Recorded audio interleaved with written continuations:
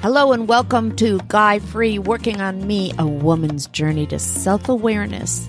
This is a great moment in your life, a moment where you have decided to stop taking care of everyone else and to just start to take care of yourself. Stick with me through these podcasts and we are going to take the best rides of our lives. Listen up. Guy Free Working on Me is not meant to be a permanent lifestyle. It is meant to be a time in your life where you stop basing your worth, your happiness, and your self-esteem on having a man at your side. This is going to be an all-out redeciding of who you are, who you want to be, and what you feel inside. Are you ready? Let's go. Hello, I'm Shauna Hoffman, and today I'm going to talk about the fact that some days just suck. I mean, totally suck. I'm throwing out all of my great self-help therapy terms today and just talking about reality. There are days that seem to be a perfect storm of everything that brings your heart and soul to a standstill. Whether you're single or in a relationship right now, it really doesn't matter. There are times that no one can lift you out of that dark space. And maybe for some, it isn't even that dark. Maybe it's just that weird gray. Sometimes we know what's causing it, and sometimes we have no clue. It's just there. Okay, a few facts we need to remember. We women do go through hormonal changes that attribute to this sometimes. And so what? No, I'm not taking away your gray, blue, or black. I'm just saying that sometimes we have no idea what's causing it, and it could just be hormones. After all, we are goddesses that have a range of emotions that are often triggered by our physical makeup of the day or the hour or the minute. And so it is. And being totally a non-therapist for a moment, I have a personal story. I had a friend who was an astrologer who noticed that every Taurus moon, I shut down. And I went into this gray world of mine. I tracked it for a while and she was right. Seriously. The moon was affecting my moods. Who knew? Another fact, women are just plain the emotional beauties that we are. And why the hell not? We are actually the gender that is comfortable feeling to the depth of our beings. And I honor that in all of us. I want us to claim it. I want us to claim and love our emotions and not feel that we have to apologize for them, hide them, or ignore them. Well, unless you're being cruel or disrespectful because of them. And that also means being cruel or disrespectful to yourself. See, when we're down, everything seems to spiral down with it. And part of that is how we treat ourselves. I talked in the last podcast about our rebellious or creative child side. This judgment that we have about ourselves comes from what we call our critical parent side. I go into lots of detail about it in my book, and I'll address it a lot more in another podcast because remember, I said no therapy words today. But it seems that when we're sad or depressed or low, all of a sudden our ability to think clearly turns just as gray or black or blue as our emotions. Logic and facts go out the window. First, we tend to become critical of the people around us, the circumstances around us, and then we turn it onto ourselves. We become critical of how we got to where we are in our lives. We play over and over the mistakes that we made or the bad judgment calls that we had. We become illogical about what was in our past. And worse, we become illogical about our present and our future. For example, I had this client. Oh, maybe if I had just put up with all of my exes lying, I wouldn't be alone right now. Yeah, true, you wouldn't be alone, but you'd be with a liar in your gray space. And let me tell you how quickly that gray day would turn black. Or this one. My ex's drinking was really not that bad. I was just controlling asking him to quit. Maybe if I wasn't just so mean, I wouldn't be alone right now. Fact. Do you remember how alone you felt being with that drinker? Okay, here's another reality check. Sometimes we go into denial about our own mistakes. I had one client say to me one time, maybe if I hadn't been so stupid, my ex would never have figured out I was having an affair, and we would still be together. Well, that was a classic tale of not wanting to take responsibility for her mistakes in the relationship. Lying to yourself, denial, is this funny thing that backfires on us. You see, when our conscious tries to deny the truth, our subconscious knows it's still there. It can cause this low-level depression that we don't even know we have. Being inauthentic is a precursor to depression.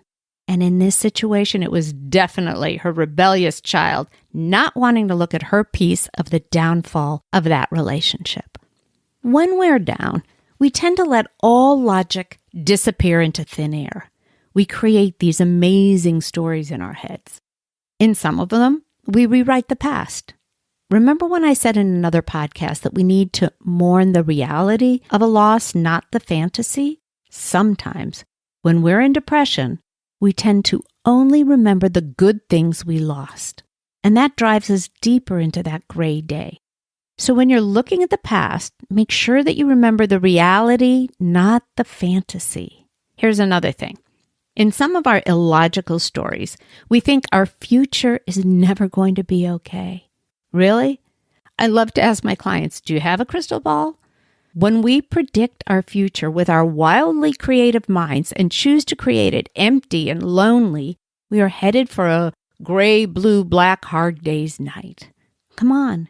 If you're going to be creative and you don't have a crystal ball, then why not make it a fabulous future? You do have a choice. Now let's think about this. In some of our stories, we're not ready to let go of the sadness. I repeat, we're not ready. Ponder this. Sometimes it's okay to be sad. Sometimes when we are sad, we know why. But other times we don't. I had a client who lost her mom unexpectedly. When you lose a mate, a parent, a child, a friend, or even a beloved pet, the mourning process is one of the most heart-wrenching times in our lives. The sadness is in the very depth of our souls.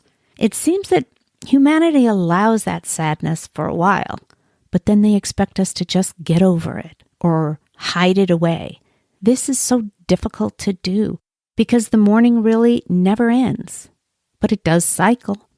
It starts with months of sad days, then you have a peaceful day, then another peaceful day, until hopefully your heart begins to heal. But there are times on a gray day that we don't even realize that that's why we're feeling the way we are, because we miss that person that we lost. And it can be even years later, but you still miss them. And that's what's bringing on your blues. And you know what? It's okay. The depth of our sadness for those that we lost represents the depth of our love.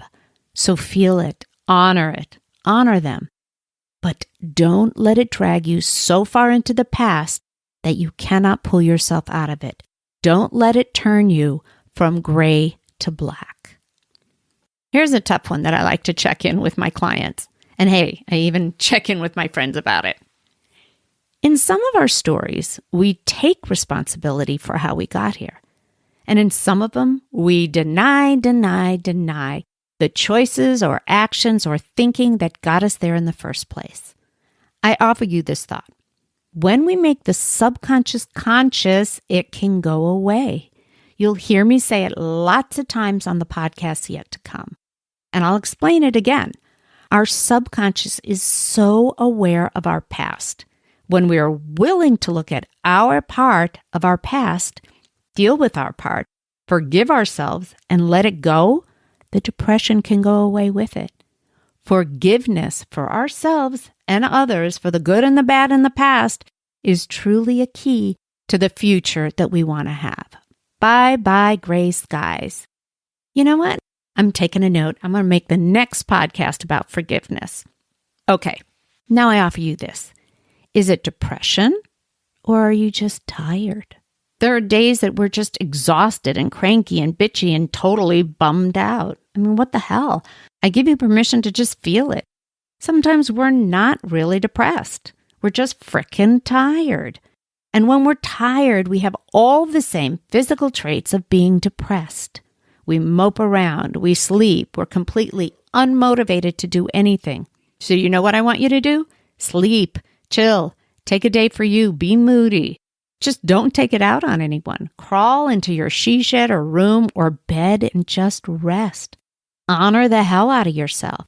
But I want you to try to differentiate the difference between being tired and being depressed. After all, when a baby is tired, what do? Cry. Yep, you're only human. This holds true for anxiety too. Jobs make us anxious. Kids make us anxious. Relationships make us anxious. Anything that we can't control makes us anxious. And when we're anxious, it's exhausting. And then it is really easy to sink into depression.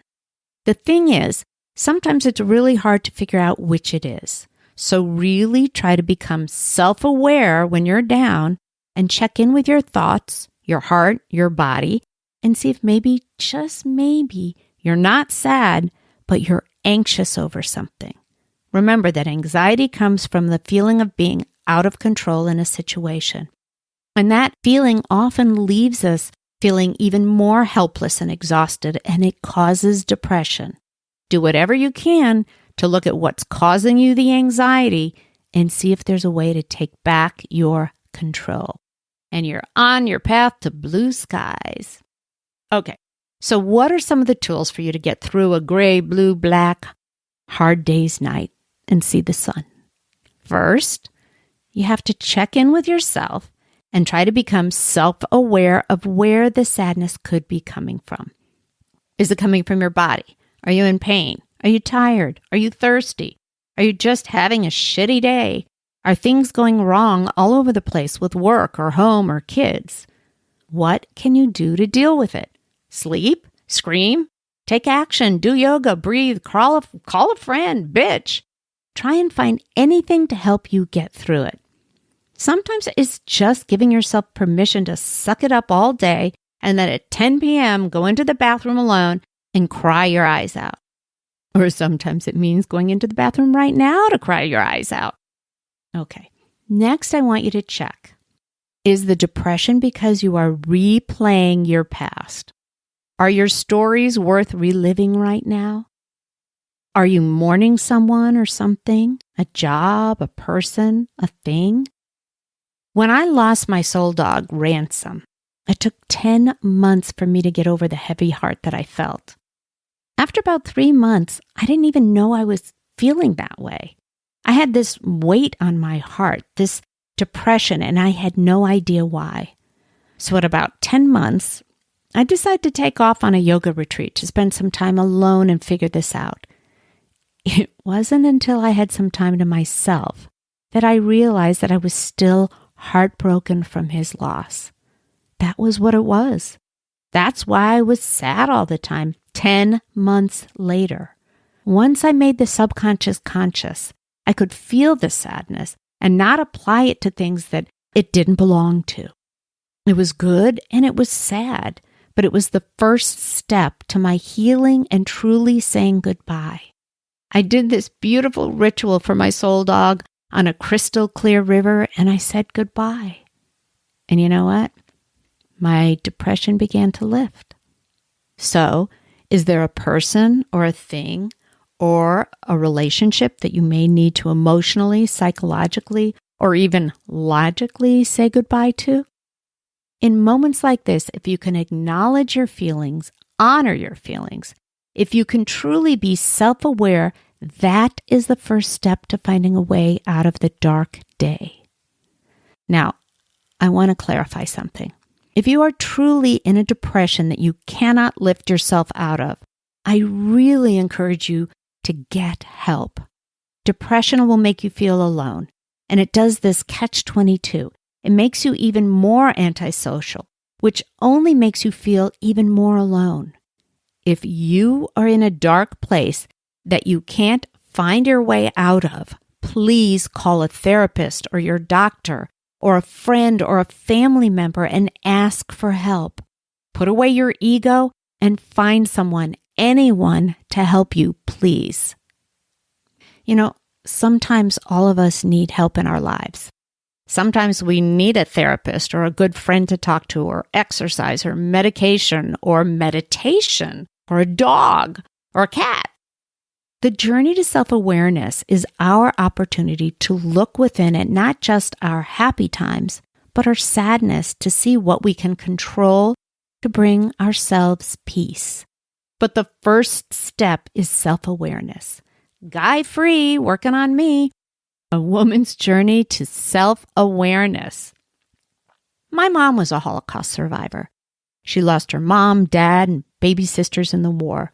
Then at 13, she was taken to Auschwitz. But in my entire life, I never, ever saw her sad. I look back on this and I'm shocked. Here was a divorced woman with 4 kids she was raising on her own, 3 of them boys, I must add, and I never saw her sad.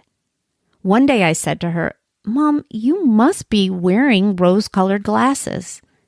She looked at me and she answered, "Yes, I am, because I put them on." I thought long and hard about what that meant. She was saying that she knew the things that made her sad, but she chose to look at it all differently. She wasn't in denial, but she chose in every moment to look at the joy and the blessings in her life. If any of you follow A Course in Miracles, they say that a miracle is a change in perception. My mom's change in perception was her rose-colored glasses. All right, not all of us are that good at practicing happiness, but sure something to strive for. So I leave you today with a thought that on a hard day's night, look within. Make the subconscious conscious so that it can go away. Cry if you want to. Then see if tomorrow you can wake up and see the sun. Thank you, ladies. Be good to yourselves. And I look forward to popping into your life again next week. Thank you for joining me today on the Guy Free Podcast. My hope is that you leave this podcast inspired, fired up, and ready to take that next step on the magical journey of self-awareness. And then you come back and join us again. Oh, and if you can do me a quick favor, please leave me a 5-star review over on iTunes. I gain so much from reading the reviews and getting feedback from my listeners. Each week, I'm going to choose one special person who's left me a review to win my book, Guy Free Working on Me. That was the book that started it all. Make sure you add your name to the review, and I'll reach out to you if you're the winner. Thanks again for spending your time with me today. Be sure to visit me on the Guy Free Working on Me Facebook page and on workingonme.com for past episodes and insight into the fabulous journey to you.